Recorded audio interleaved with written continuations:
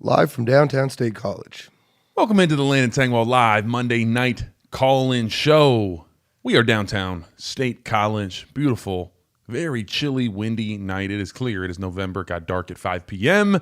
We are here at Studio Center taking calls from you guys tonight. I love these Monday night live call-ins. We have such a great time. It feels like it's a different vibe than every other thing that we do. Today, I'm trying to think what we've had come out today. Everybody has been very vocal about the recruiting news in the 2026 recruiting class for Penn State has found some struggles, some bumps in the roads without James Franklin. I think it was clear how important he was to recruiting because you see other places, I've talked about it, Auburn. There was someone at Auburn. They interviewed like a 4-star recruit for Auburn. And he basically said, he was like, oh yeah, I loved Coach Freeze, but I think it was better for the program.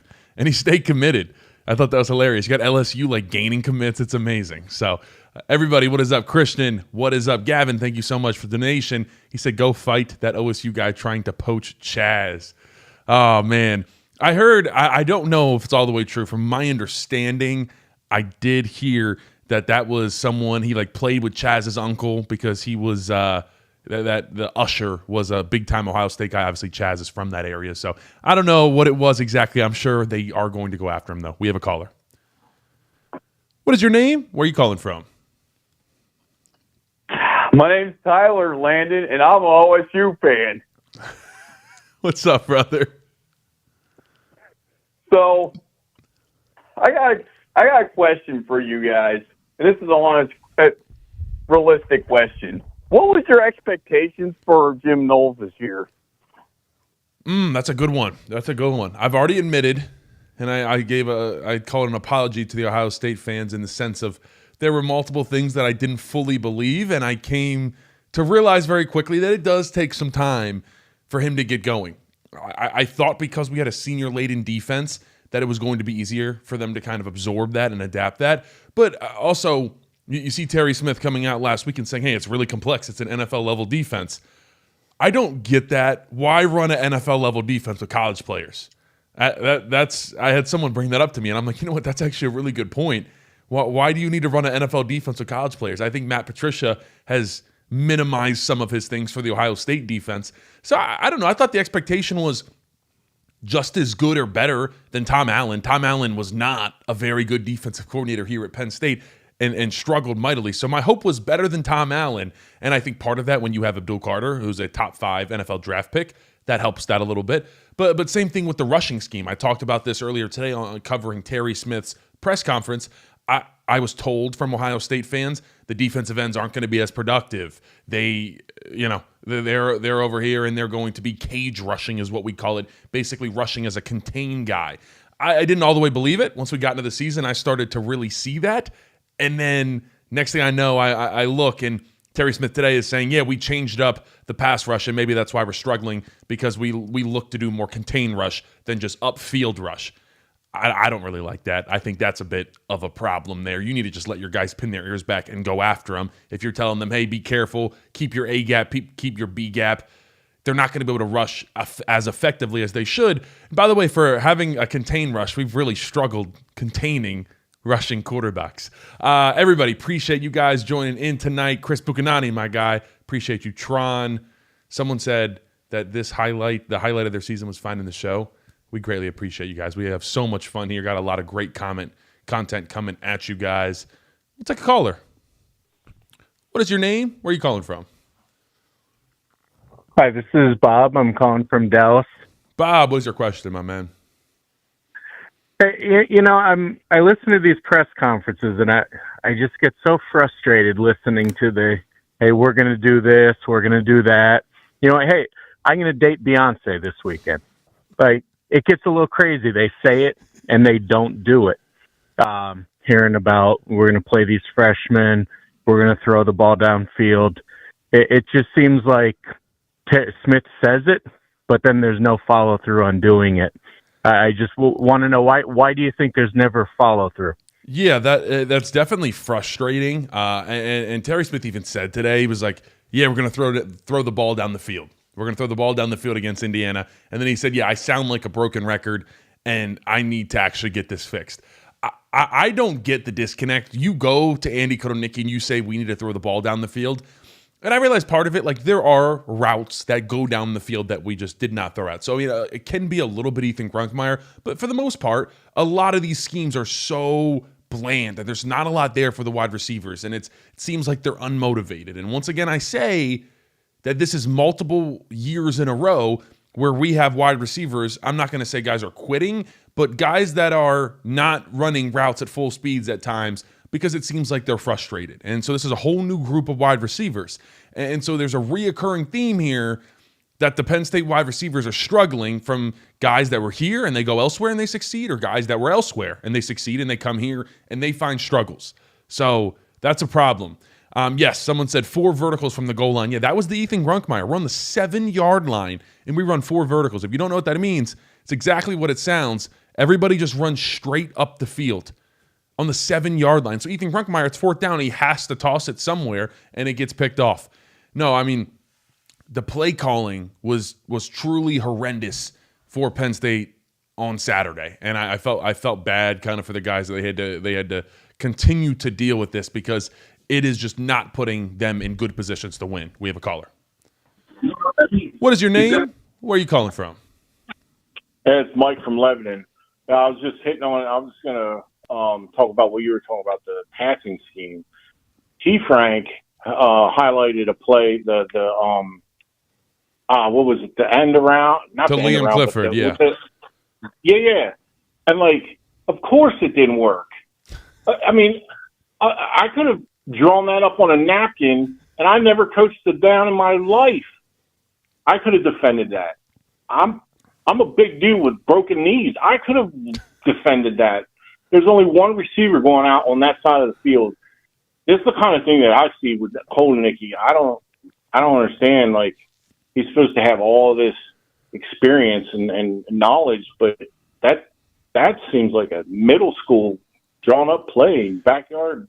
It doesn't work. It does feel that way, man. So there was some pointlessness to it. Terry Smith was asked about the Liam Clifford package today in his presser.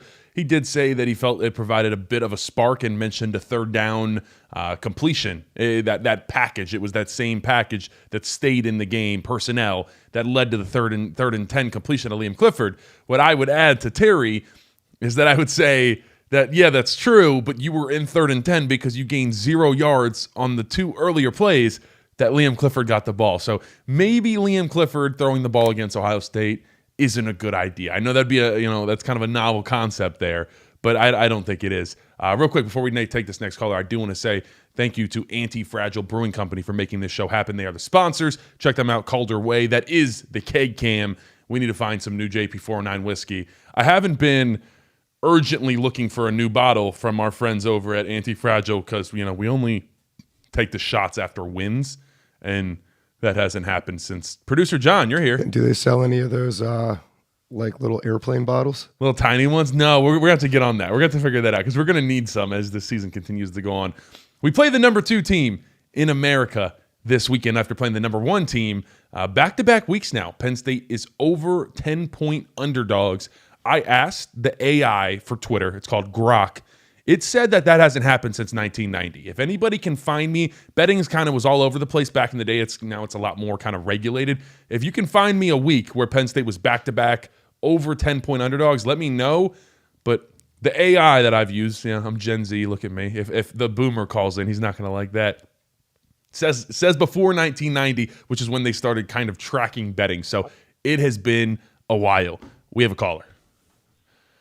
What is your name? Where are you calling from? Hey, my name's Steven. I'm calling from Philadelphia. What's up, Steven? Quick question. So you're pretty connected with the program, obviously, as a former scholarship athlete. What does one have to do to get a job there, knowing you get paid 6 figures to do nothing week in and week out? Thanks for taking the call. Oh, you're funny. Isaac, thank you so much for the donation. He said, love seeing you on the Nitwits. Yes, I went to Altoona last night. Sarah and I took a trip. Did not go to Chili's, guys. If you are from the area, we went to a couple different. We went to a different restaurant. We strayed away from Chili's just a little bit, but I'm gonna be back at Chili's soon. But no, I had a great time on Nitwits with Neil and Mark. They are always hilarious, so you guys have to check that out for sure. But we have a caller. What is your name? Where are you calling from? Hey, Landon, this is Dan from New Jersey. How's it going? It's going all right, man. It's going all right. How's your day going over there, man? It's been good. What you got for me? So, obviously, I think we went up against, a very talented quarterback and, as Terry said, two of the best wide receivers in the country, and we gave up a few explosive plays. Now, looking ahead to next week, we're going up against Mendoza, and they have a pair of, elite wide receivers as well. I was just wondering what you think needs to be done to kind of limit those explosive plays and, what our defensive backs and safeties need to do to kind of limit those big plays in the game.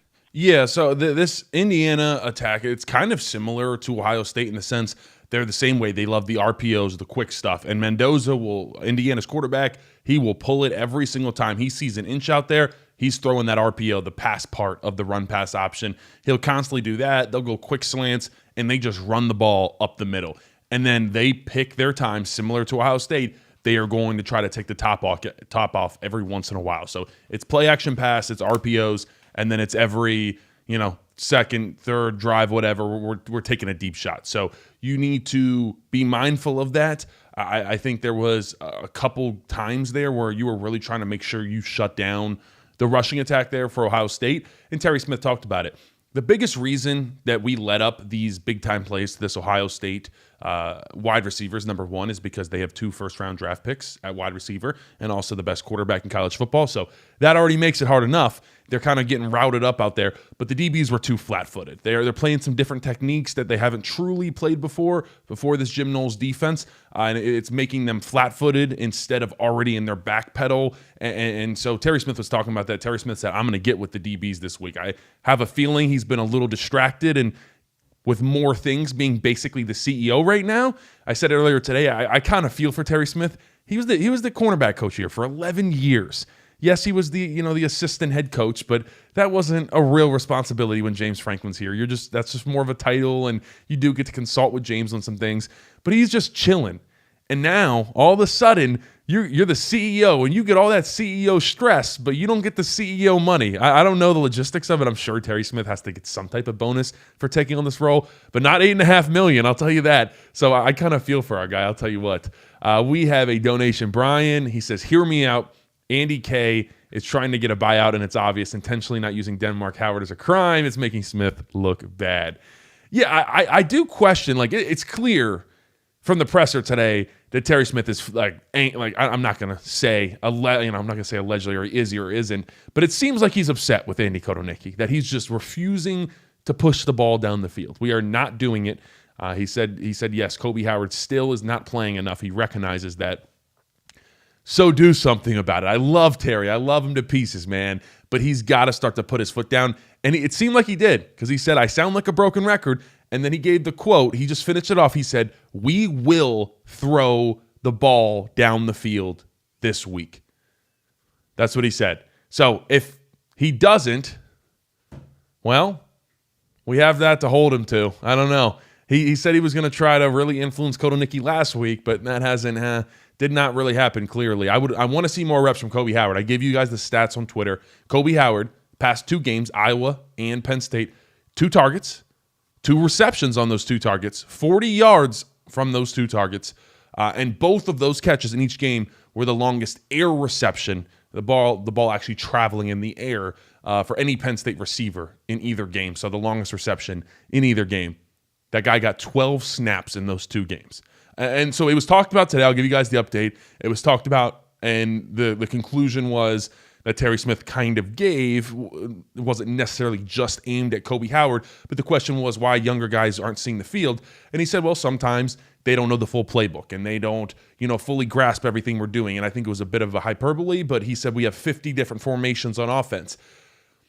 It's a problem if you're in week 10 and guys are still struggling with the playbook. I get if you're a freshman, it takes some time, but still, you've been here the same amount of time as Trevor Pena or Kyron Hudson or Devontae Ross. So I don't know if that's a full-on truth. I don't know if someone really is struggling with the playbook, But if there is, that can't happen in week 10 of the season when you've been here since the early spring. So, like I said, I don't know the true answer to that, but that was kind of the excuse we were given at the press conference today, is that guys are struggling to figure that out.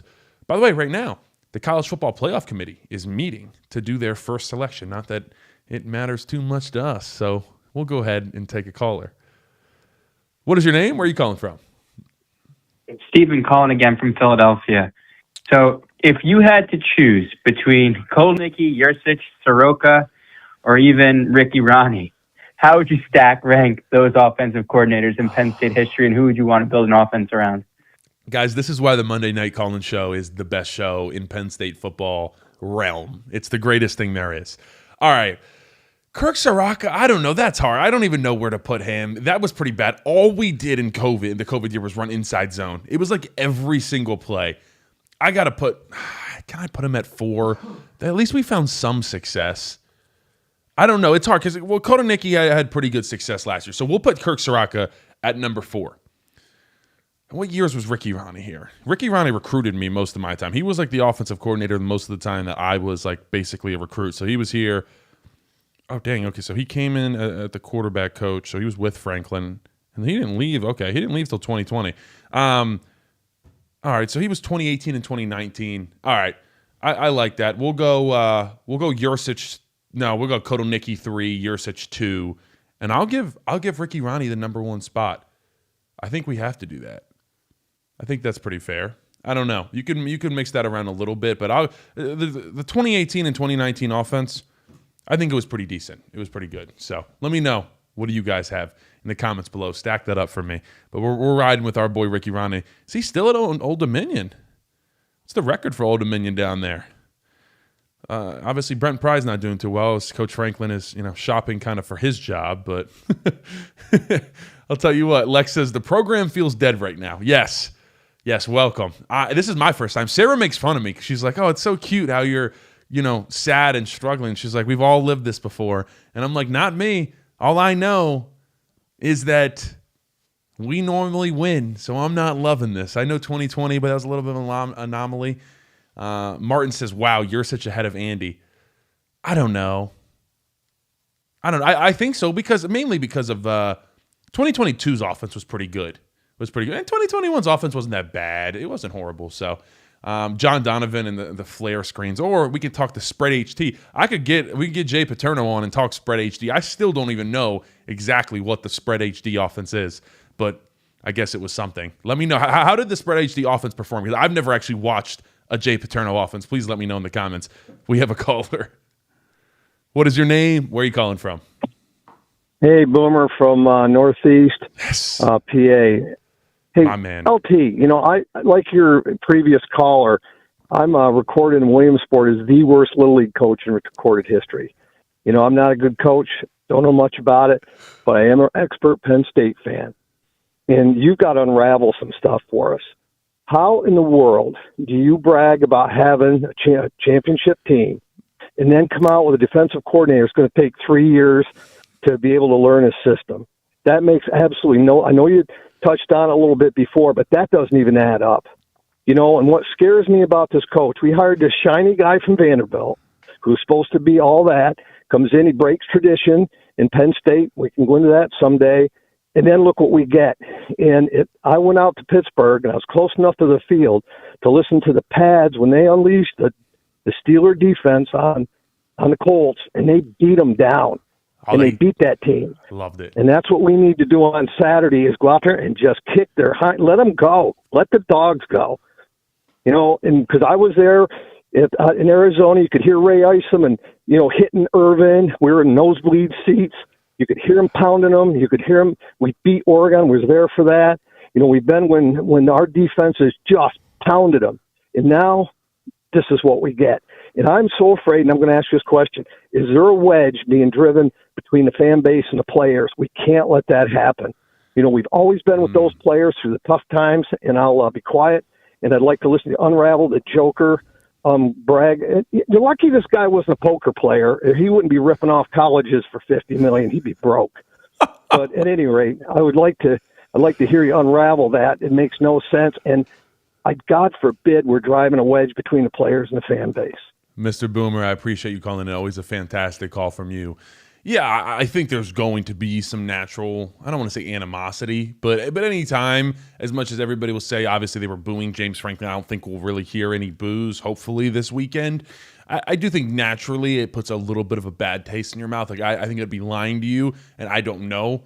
I haven't asked him about this specifically, but I can't imagine there was, Drew Aller's last moments on the field felt really great in his mind of going off in that fashion against Northwestern. So I think it's hard, but I think also they understand, and they're paid a lot of money, and they understand this is a job, and guys are making hundreds of thousands, millions of dollars, and they know what the expectation was this year. They are just as disappointed, probably more, because it's them actually having to go through it. So I will tell you, it's rough. And then also on top of that, every single person in that building, players, coaches, nutritionists, team doctors, everybody, nobody knows if they're going to be there in 5 weeks. And the majority probably aren't going to be there. And so that's tough. And I put that tweet out when it first happened, but there's a lot of people in that building. I'm not talking like assistant coaches like Ty Howell and Philip Troutwine. They make a lot of money. There's people that make under $100,000 in there that are going to have to move their families and relocate. So it definitely sucks. It's a crappy situation, but also when you sign up to do this, you know that might just happen. Yes, if I had to give it the two, Manny Diaz is I think Manny Diaz is the best defensive coordinator in Penn State football history. I was looking at the numbers when I did his video. If you haven't seen it, I did my last head coach profile for Penn State was Manny Diaz. Tomorrow, we have Jeff Brom. Then we're getting into, who do we have after that? We'll have three coaching profiles this week. I know we're doing Jeff Brom tomorrow, and I'll let you know in the Brom video who's coming on Wednesday. But we're gonna lean into those and have some fun with that. I try to have fun with it. I feel like that we do enough shows. There's enough Penn State shows out there where everybody's just sitting there and they're just throwing names out and just, what do you think about this name? And we're using the same recycled ideas of, what everybody thinks about the same person. Everybody has the same ideas at this point. So I like to try to educate you guys on who the person is. Let's dive into the background. What is their scheme? Where they play collars, all that stuff. So you will get all of that. And then once we do name a head coach, you guys know I'm going to be full throttle into that thing, giving you everything you need to know about everything they do and potential hires, all that good stuff. We will take a caller. What is your name? Where are you calling from? I am Ryan from Virginia Beach. Ryan, what is your question, my man? So first thing, I just want to say that I'm bringing my buddy from the Navy that I served with. He's a Bama fan, and then next year he returns a favor for Bama next year.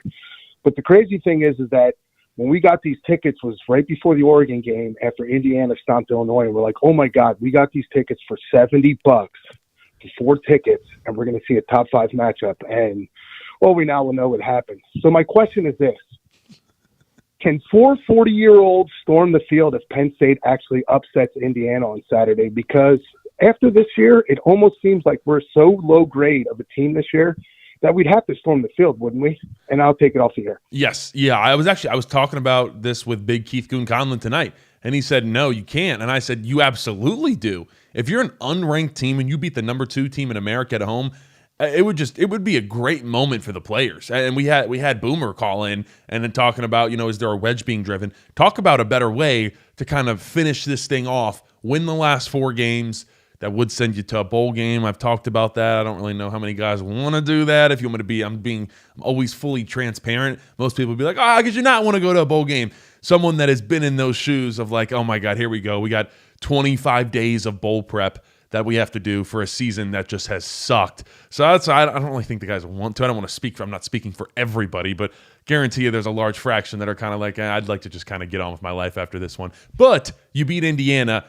That rallies everybody a little bit. I think you definitely storm the field this weekend if you find a way to get it done against Mendoza, Signetti, and company. By the way, Terry Smith talked about being close with Signetti. I know Signetti fairly well. When I was at my high school Good Counsel, Our Lady of Good Counsel in Maryland, we were a top 25 team almost always in. So we'd travel to California, Florida, all that stuff. And I had 3 teammates my sophomore year that were committed to JMU. So Signetti was always there. Loved him. Got to meet like all of his staff. Great guy. So I'm excited to continue to see his success. And there's a JMU coach right now, Mr. Chesney, that's doing pretty damn well. So I think that's someone we are going to do a old Bob Chesney coaching profile. You best believe that's coming. I don't think we're doing that one this week. I think we might have Elko in there as well. That's Kevin Chandler just mentioned. We're doing Elko, I think, coaching profile on Wednesday. So we'll have some great stuff like that for you guys. But yeah, I'm excited to look into Chesney. Chesney, if we're talking good hair, someone said Manny Diaz has elite hair. Chesney might have him there. I don't know.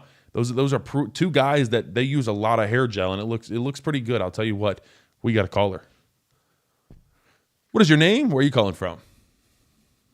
Casey from New York. Casey, what's your question, my man? So basically, just want to hear your thoughts on who you think the next head coach is going to be at Penn State. I've seen like a lot of different, theories on it. Just kind of wanted to hear what the thoughts are right now. Yeah, so I think right now my favorites. And anybody, and look, like guys over at 24/7 and whatnot, like they do a great job talking to sources, and it's real information. But I still don't think anybody actually like knows anything in terms of like, oh, this guy's the most likely. Because every single time we turn around, this guy's the most likely, and the next day it's like he's out of the search, and that's what it's felt like. So I don't think anybody truly knows anything in terms of like who's going to be next.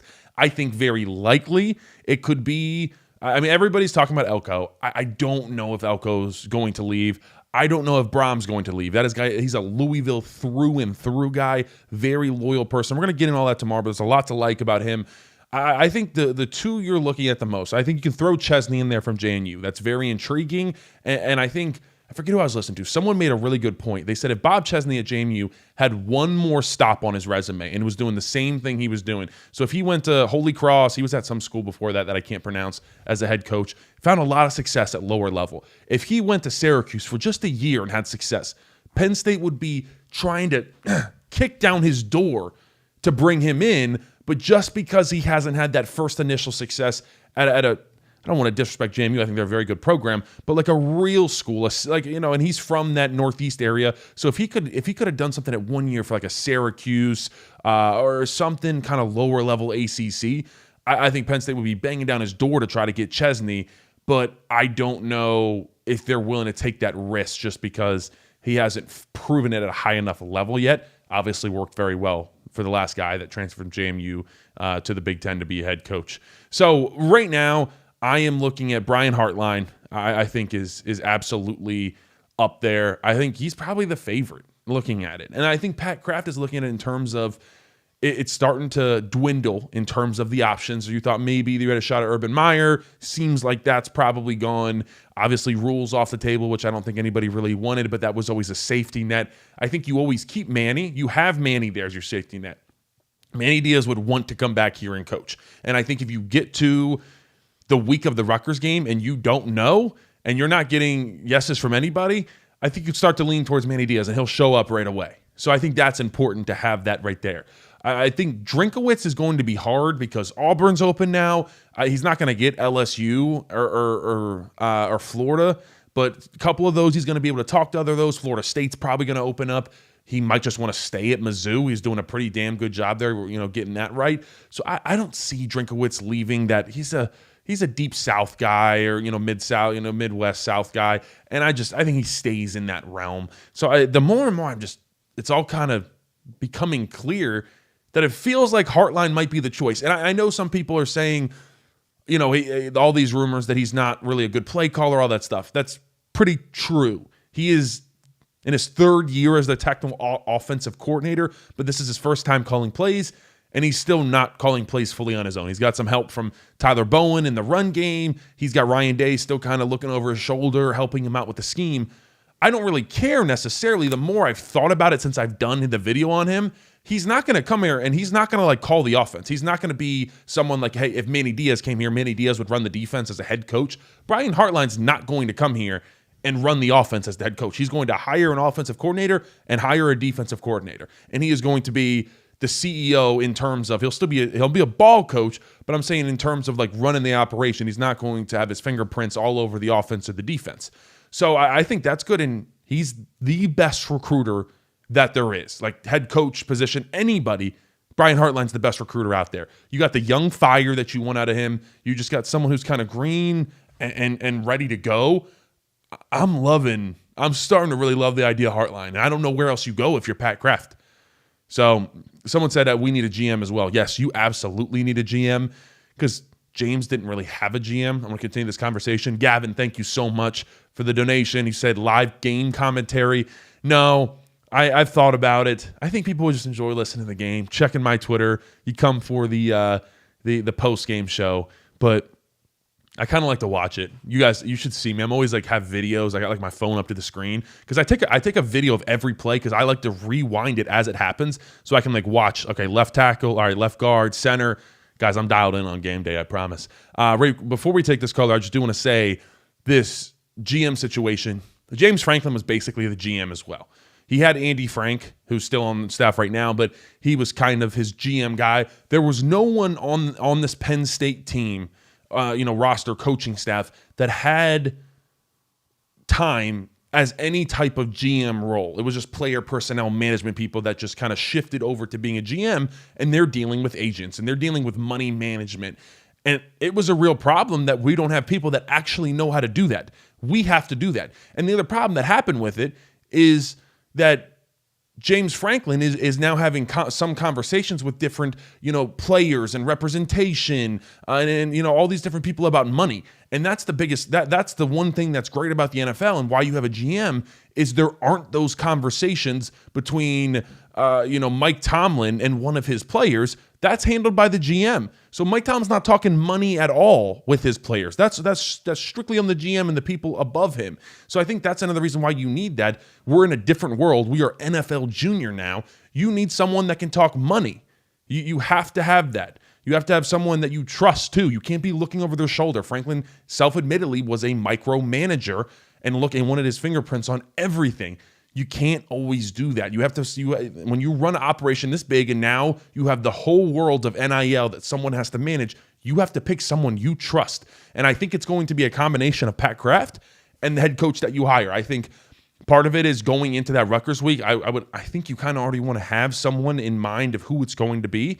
And even if you can't announce it yet, you start to have those conversations with them. Hey, it's probably going to be you. Hey, start to throw me your GM list. Who's your GM list? All right, well, let's compare Pat Kraft's GM list to my new head coach's GM list. Do we have anybody that overlaps? Can we start to get that moving? Because, guys, National Signing Day, back in the day, used to be in February. 2017, 2018, here comes early signing day. And now that is it was like December 16th, 17th. That's when I signed. And now we're December 3rd is signing day. It's getting crazy. So we play on November 29th against Rutgers. 4 days later, we have National Signing Day. You better figure that out because Penn State barely has a 2026 class right now. You better hire someone, salvage that class, and then guess what? A month later exactly, the transfer portal's open. And the transfer portal doesn't just open when it opens, meaning all these guys that are going to enter the portal, them and their agents, they're already talking to teams. So that's why you need to get a jump start. It's not like the portal opens and now we're going to talk to everybody. Agents are making calls where we sit right now. So you have to be ready. You got to start to move. You got to start to make offers. There's a lot to do. I think that's why we need to get a coach in here pretty quickly. We will take caller. What is your name? Where are you calling from? Hey, Landon, this is Doug from Lancaster. How you doing? Doing well, Doug. What's your question? Good. I have two really quick questions, and one's a follow-up to one I asked a couple weeks ago about the development staff. Who is in charge of developing the players? Is it more on the coordinators or the position coaches? And should Franklin pay more attention to the developmental staff as opposed to coordinators? And my second question is, you play the offensive line. These guys are experienced up front. What causes them to make so many mistakes being as experienced as they are? Yeah, so position-wise, it's your position coach that's going to develop you way more than the coordinator. You just have so much more time with them, and they're really working your fundamentals. The coordinators are more worried about the overall scheme. Position coaches are, hey, your hand placement here is wrong. Your footwork is not, fully correct on this play. As far as your other question, I mean, look, I thought James Franklin, like I said, he was trying to kind of do everything, and that put him at a deficit. And that's why the next head coach has to put people in place that he trusts. And I think the other thing is just having true alignment. We've heard it from James Franklin, multiple times that he was banging on the table for true alignment. I think it was April 1st, maybe it was March 1st. It was one of those days. It was like late March where he gave the interview to On3 and he said, I finally have alignment. And I thought it's kind of ironic that we still didn't have full alignment because clearly there were multiple things that Pat Kraft and James Franklin were not fully aligned on. And so I think that's the other thing that Pat Kraft's looking in this next head coach. Can I find someone that is completely all in from a sense of I'm willing to spend whatever NIL. I don't really care about locker room feelings about, the fact that a freshman's going to make more than a senior, even though the senior's been here. We need to be able to compete with 5-star freshmen and go out and offer someone who's 18, $1.5 million because that's the world we live in. Do we want to be competitive or not? If the answer is yes, well, you have to make these offers, and you can't just keep letting Ohio State and Alabama and Georgia throughout these offers and take away these guys. So that's what Penn State was dealing with in this last recruiting cycle, in that 2025, 2026. We just couldn't offer the same amount of money. There were so many different guys that were committing this past summer that are going to sign here in a couple months, and I'm hearing that we're like literally half. Like we're half of what USC and Ohio State's offering. You can't compete with that. And I from the sounds of it, yeah, I think we were struggling a little bit with funds, but I think it was actually better than most people thought. It seems like it was more of James Franklin saying, hey, I don't want anybody on this roster, especially a true freshman, making more money than the stars that have been here for 3 or 4 years. I just can't have that. And that's a world that we're just going to have to be comfortable living in. We got a caller. What is your name? Where are you calling from? What is your name? Where are you calling from? Hey, this is Chris from Harrisburg. Thanks for taking my call. Yes, sir. What is your question, my man? Just a quick question for you. Try and keep it simple. We've heard a lot about a lot of different coaches that might be in this Penn State coaching hunt. Without getting into specific names, where are your thoughts on if you think Penn State will land what they consider a tier 1, tier 2, or tier 3 coach? I appreciate your thoughts. Thank you very much. I'm going to pull up the Penn State head coach odds right here so I can read off the Closhi. You guys can bet on this. If you think you got the inside scoop, if you think your guy is, your whoever's your, information plug's the right guy, go for it. Jeff Brom is currently the leader in this thing. Once again, we're doing a Jeff Brom video tomorrow, so that's going to be a good one. I'm going to give you guys everything you need to know. I think the tier 1s, Jeff Brom, Eli Drinkowitz, depends who you're talking to if you put Brian Hartline in that tier 1, but Elko's in the tier 1. I think Brent Key's in the tier 1. But also you have a lot of tier 1 that I'm not sure is all the way realistic. But once again, they are in the tier 1. So those are the main guys I'd put in there. I think Brian Hartline, depending how you feel, could be in there. I'd put him in there, but he probably teeters more towards tier 2 just because he hasn't really proven a whole ton. So I think that's where we're at this moment right now. What do we got, man? Oh, something that was interesting before we take this caller. Hugh Freeze, Auburn's head coach, he was fired. He was let go Sunday morning, but it got leaked on Twitter. It was pretty amazing that he had a standing tee time under I think it was under like Rebecca Freeze. He put it under, obviously he didn't put just Hugh Freeze. He didn't want people to see it, and it was a standing tee time, and it got changed at like 9 a.m. and he never missed the tee time, and there was already a lot of commotion that he might be out, and so it was leaked through a tee time that Hugh Freeze was fired from Auburn. I think that's just one of the greatest things ever. That is why we love college football and Twitter nowadays. It's absolutely fantastic. We will take a caller. What is your name? Where are you calling from? Papa J, Red Lion. My man, what is your question?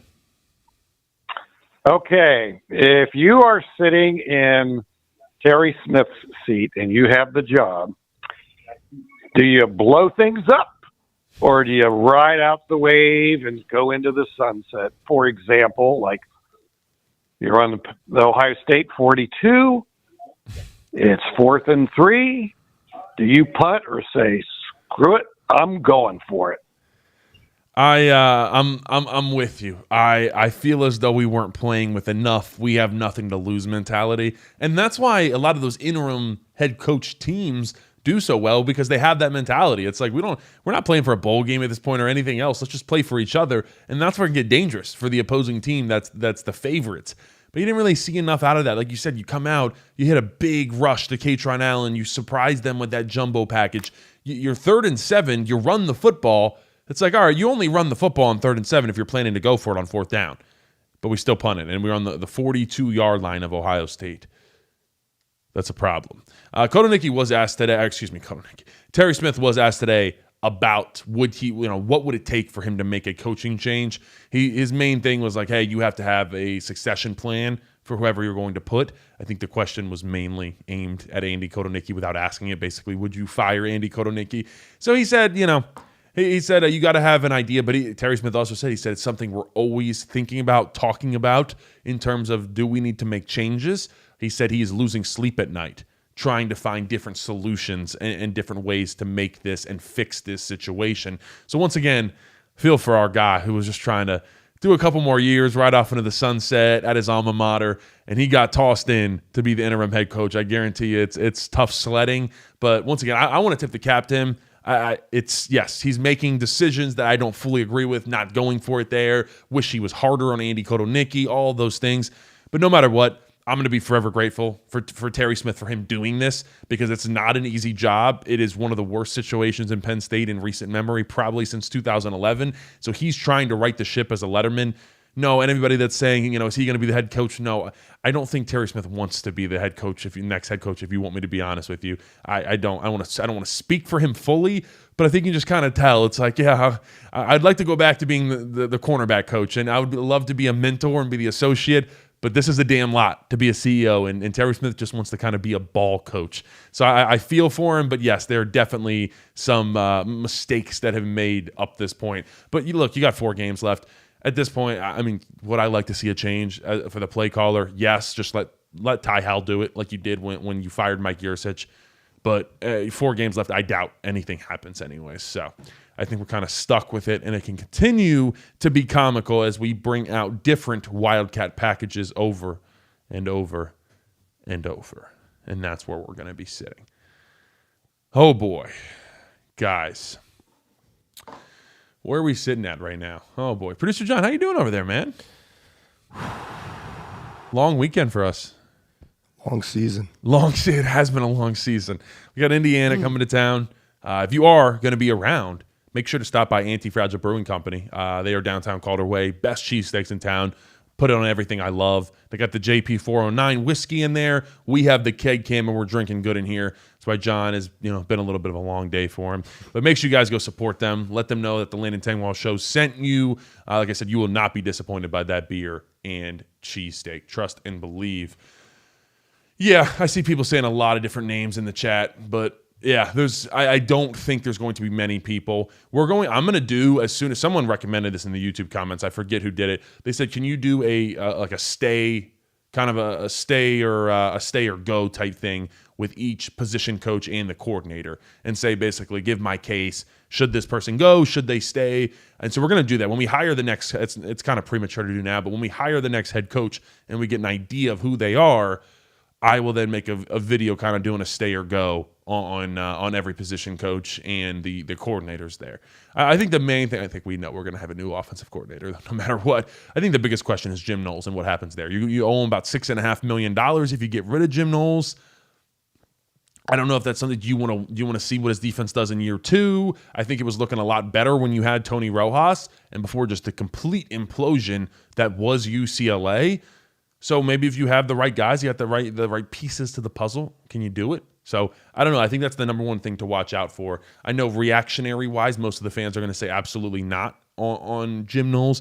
I still think he's a very good coach, but I do think, once again, the Ohio State fans, unfortunately, were right that it takes some time to implement this defense. Everything I wouldn't be all in on saying that, but everything everybody I've talked to, everything that's been said in the media points to the fact this is too complex of a defense, and it's asking a lot out of these guys. All right, once again, tomorrow we will have a Jeff Brom coaching profile. Next day we're going to do Elko, and then we'll have someone else on Thursday. We'll do some Indiana Penn State pregame stuff. I appreciate you guys tuning in, and we'll be back with the live shows Saturday. What time is the Indiana game? I think we're a 3 p.m. kickoff, 3:30 kickoff. So we'll be live at 12:30. So make sure you guys are in here. We're going to be having a good time drinking beer, giving semi-good football takes. But I appreciate you guys. Thank you so much for spending your Monday night with me. Enjoy some Monday Night Football, some good food. Love you guys. Like, comment, subscribe. Peace.